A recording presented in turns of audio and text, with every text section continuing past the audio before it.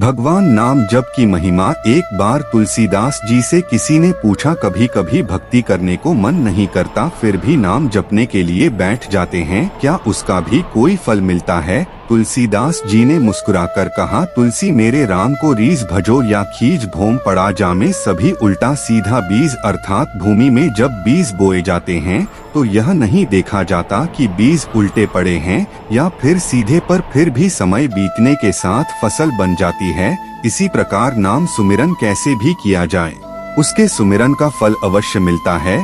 भगवान का नाम हमेशा जपना चाहिए, यह जरूरी नहीं कि मुख से जोर जोर से भगवान का नाम बोला जाए, अपने मन में भी ध्यान करके भगवान राम, श्री कृष्ण या जगत गुरु भगवान शिव आदि का नाम जपा जा सकता है। किसी भी परिस्थिति में ईश्वर का नाम लेने से सभी मुश्किलों का हल पाया जा सकता है। नाम जप कीर्तन की इतनी भारी महिमा है कि वेदों पुराणों सभी ग्रंथों में भगवान नाम का कीर्तन की महिमा गाई गई है।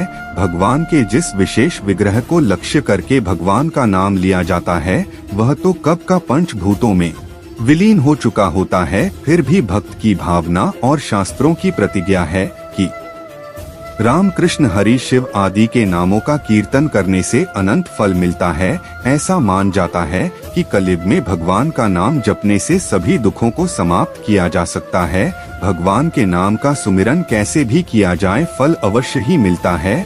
भगवान राम की महिमा अनंत है। राम का नाम जपने से कलयुग में मोक्ष की प्राप्ति होती है। इस प्रकार श्री हरि के नाम की महिमा भी अनंत है। श्री ह के नाम की महिमा अर्थात जो मनुष्य परमात्मा के 2 अक्षर वाले हरि के नाम का उच्चारण करते हैं वे उसके उच्चारण मात्र से मुक्त हो जाते हैं और इसमें कोई शंका नहीं। हरे कृष्ण कृष्ण कृष्ण हरे हरे, हरे राम राम राम हरे हरे। जो ऐसा सदा कहते हैं उन्हें कलयुग में कोई भी हानि नहीं पहुंचा सकता। एक बार की बात है, राजा एवं उसके मंत्री ने मार्ग में किसी ब्राह्मण को भीख मांगते हुए देखा। राजा ने महामंत्री से पूछा, यह क्या है? महामंत्री ने तत्काल कहा, महाराज मुझे लगता है कि रास्ता भूल गया है। राजा ने कहा, तो इस पंडित को रास्ते पर लाओ। महामंत्री ने कहा, आ जाएगा, राजन पर लगेगा, कृपया 3 महीने का समय दीजिए। राजा ने स्वीकृति दे दी। शाम को महामंत्री ब्राह्मण के घर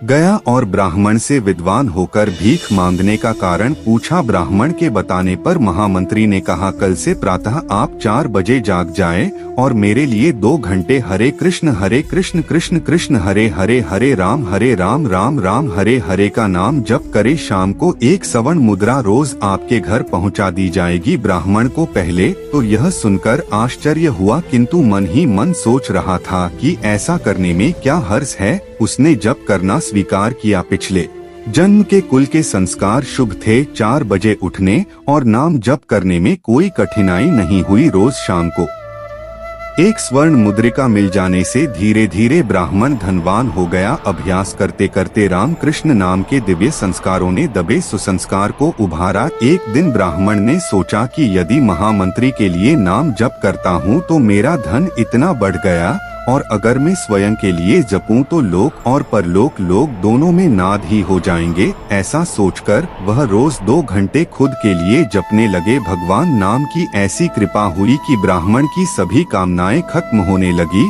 और एक दिन ब्राह्मण ने महामंत्री से कहा, आप कृपया सोने की मुद्रिका न भेजे, मैं केवल अब अपने लिए ही नाम जाप करूंगा। प्रभु नाम की उपासना ने मेरे विवेक और वैराग्य को इतना जागृत कर दिया है कि मैं प्रभु की भक्ति में बिल्कुल लीन हो गया हूँ। एक दिन ब्राह्मण ने पत्नी से कहा, ईश्वर की कृपा से अपनी गरीबी दूर हो गई है, सब ठीक हो गया। अब आप अनुमति दें तो मैं एकांत में रहकर नाम जप साधना करना चाहता हूँ। पत्नी साध्वी थी, अत उसने स्वीकृति दे दी। अब ब्राह्मण देवता प्रभु के स्मरण में रंग गए। साधना फूलने फलने लगी, लोग दर्शनार्थ पधारने लगे। धीरे धीरे बात राजा तक पहुँची तो राजा भी एक दिन महामंत्री के साथ महात्मा के दर्शन करने पधारे। वापस लौटते समय राजा ने कहा, महात्मा मैं भारत का राजा आपसे प्रार्थना करता हूँ, यदि आपको किसी भी चीज की जरूरत पड़े संकोच मत करना, तत्काल सुविधा मिल जाएगी। ब्राह्मण देवता मुस्कुराए और बोले, हे राजन, आपके पास ऐसा कुछ भी नहीं जिसकी मुझे जरूरत हो। महामंत्री ने कहा, राजन आपने पहचाना इनको, यह वही ब्राह्मण है जो 3 महीने पहले भीख मांग रहे थे। प्रभु नाम के जप ने एक भिखारी को सच्चा दाता बना दिया। यह सुनकर राजा बड़े हैरान हुए। यह है नाम जप का प्रभाव जो सच्चे भिखारी से सच्चा दाता बना दे। जय श्री हरि।